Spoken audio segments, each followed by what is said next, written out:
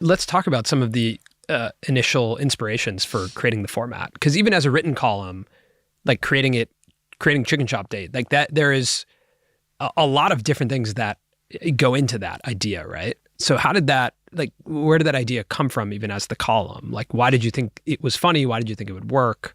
I think the initial idea came about through doing an interview as a date. So that was the first thought. I thought that would be an interesting way to angle an interview, and also I really wanted to go on a date, and I'd never been on a date, so I was two birds with one stone. And then someone said you should never go. Someone said you should go on a date where you would never usually go on a date to make it funny, and that's how the chicken shop element happened.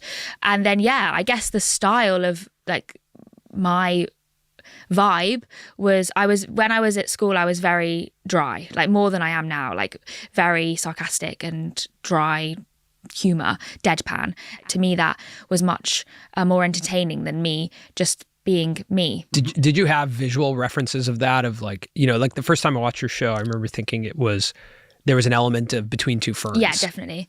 That was a big Zach inspiration Galifianakis. too.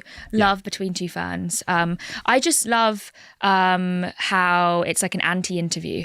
I've always also been quite inspired by like things that have gone wrong. So interviews that have gone wrong, or interviews that are really awkward and the interaction hasn't gone to plan how we see interviews going. And that to me is very inspiring because that's funny to me. That's what I think I wanted to do. I wanted to spoof what the interview is. I wanted to spoof what a date is. I also have always watched a lot of mockumentaries, and I think things... I love mockumentaries. Yeah, from Spinal Tap to Best in Show. Yes.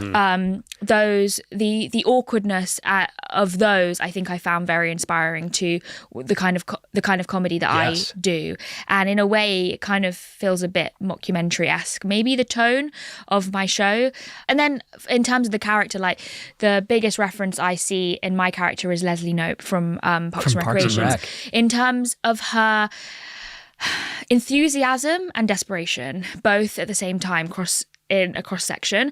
And I think that that's what I do with my character in a way. I always say that I'm equal parts uninterested as I am desperate. And I think that the juxtaposition of both those two opposing things create for a really funny comedy character. Because sometimes, you know, I'm really interested and I'm overly keen in the guest, and I'm saying things like, when are we getting married? And then in the same breath, they will come and say something flirty to me, and I'll be like, can you back off? And I think it's that going between the two that I find can throw the audience off, and both the audience and the guest. I think we talked about this in the video we made about you, but even in Drake, receiving a DM from Drake, I believe the response was like, I'll check my schedule. Yeah. Which still plays into that of like, I'm looking for a date. Here comes one of the biggest stars of all time. And yet the character and the tone is there. Well, that's what you have to do. Like, it would be so boring to be like keen on Drake, right? It would be, Totally. as in, you have to sort of play it like that, I think, because that's the funny thing to do, is to seem that like you're not interested in him. But yeah. Wow. But I was curious about your relationship with being a performer and being on camera, because writing a column is very different from saying, hey, let's turn a camera on and let's turn this into a video show. Why go there? Like, why do that? I think because when I was doing the interviews, when they were written, I just had my dictaphone. I realised that what was going on was funny, that I just thought this would be great if it was filmed, if people could see this play out. And so I don't know, I've always been someone very comfortable at being out of my comfort zone.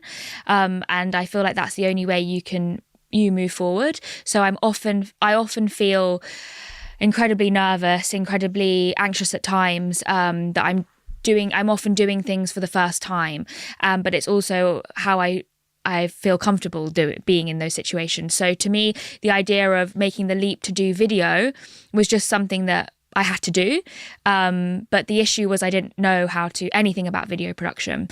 And I remember like sitting in a Chinese restaurant actually before filming, going over my questions, being so incredibly nervous.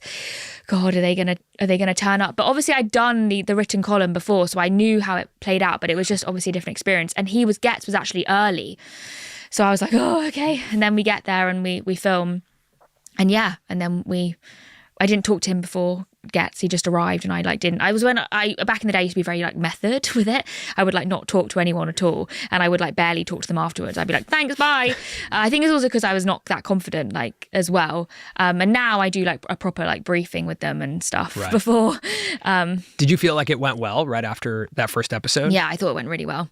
Yeah, and also because I did have the proof of concept with the written column, I knew what it's like when I know what it feels like when you're getting a good interview, and I still find that now. It's one of my favorite things of my job. One of my favorite parts of the job is when you're interviewing someone and you can really tell that it's going well. Because when I'm in the interview, I've got my editor hat on, I've got my everything hat on, and I can feel the moments where I know this is going to really work well, and I will know for sure when I've wrapped with an interview if it's going to be good or not.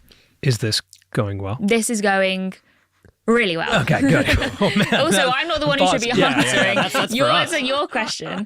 That's a you question. So what was the response like after the Gets episode came out, and did that dictate your energy to make another one? Yeah, definitely. It was just exactly the energy that we wanted. It was that quick cuts, funny, laugh out loud moments. And yeah, I mean, in terms of the reception, it got, I don't know, 1,000 views or something, not that many views at all. And I spent a lot of time trying to pitch it to different blogs.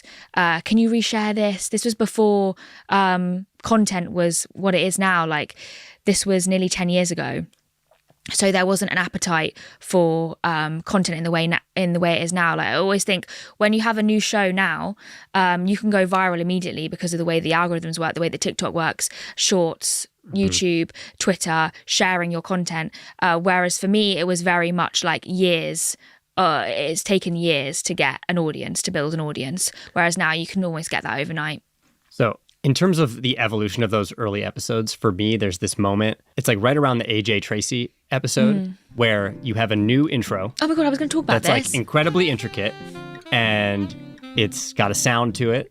And the actual sound of your episodes gets better. Yes. Right? From the first one, you're oh, they're clearly in a chicken shop God. And maybe there's no mic. There isn't. And then 3 or 4 episodes later, it's beautiful intro, which you still have today, intro and outro. Yeah. And you have audio. Yeah. What was the evolution of the show in those first 3 to 4? And did your thinking change to even get to the point where you wanted a new intro? Well, yeah, the video production element of what I do has always been the most challenging part because I was a complete novice, and everything I've learned has been through learning on the job. No one has ever taught me anything. I was never part of a bigger organization or anything like that. So everything I've learned just through doing it.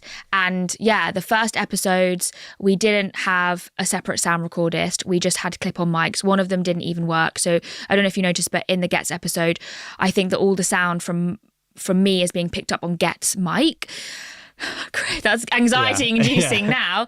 Yeah, so was doing that for 4 episodes, and then the AJ Tracy episode was a turning point for sure, because it was a real moment to get him on the show, because he was a very exciting up-and-coming rapper in London, and he was, at the time, had not many followers at all. I actually cancelled on him twice. You cancelled on him? I cancelled on AJ Tracy, yeah, because I couldn't find a shop in his area. I really wanted to do it local to him in West London, and I couldn't find any shops that would let me film. Back then, I would be the one who would be finding the shops, and that was one of the hardest things as well, was to find a shop that would let me film. I also didn't realize that you had to pay to shut them. So for the first episodes, we haven't paid to shut the shop. The shop is open, and so we would have to stop recording when customers. Yeah. Oh my God, that's amazing. It was just, I just didn't understand it, and also I didn't have any money to shut the shop. And then I ended up using some of my savings, £100, to which at the time was obviously so much money when you're just a student, to shut the shop completely, the one for AJ Tracy in West London. And so then I messaged him and I was like, I finally found a shop. It was tiny, like we couldn't really fit any of the crew in, and we made it work. And then once we filmed that, I waited months and months, sat on it for months, because I was trying to get this intro and outro made. My friend who I used to work with at American Apparel, Naomi, she is an incredible artist, and she works with felt, and she made the stop motion animation for me. I gave her a brief and she made it, and it was amazing. And then me and Marvin were on copyright free music for ages on YouTube looking for a sound, and then we found the which I now own the rights to. Whoa, really? Yeah, You own the rights to that? I emailed him and I said, can I have the rights? And he said, yeah. And I have a contract and everything. Yeah. Wow, that's amazing. I know, yeah, it's cool.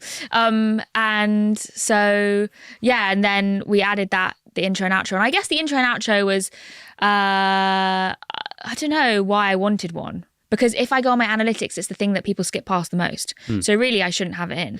But I like it. But it's about valuing brand over necessarily views. Yeah, which I always have. Yeah. Yeah, and also the aesthetic of it I love, because I feel like it's cute and homemade, and it's not too slick like Chicken Shop. And I'm really lucky that I met Naomi, and her style really was something I was drawn to. And that's the kind of aesthetics that I like anyway. Like in my house, I've got a lot of Naomi's work in my house, and it's very colourful and a bit kitsch, and that's maybe my what I like, my taste.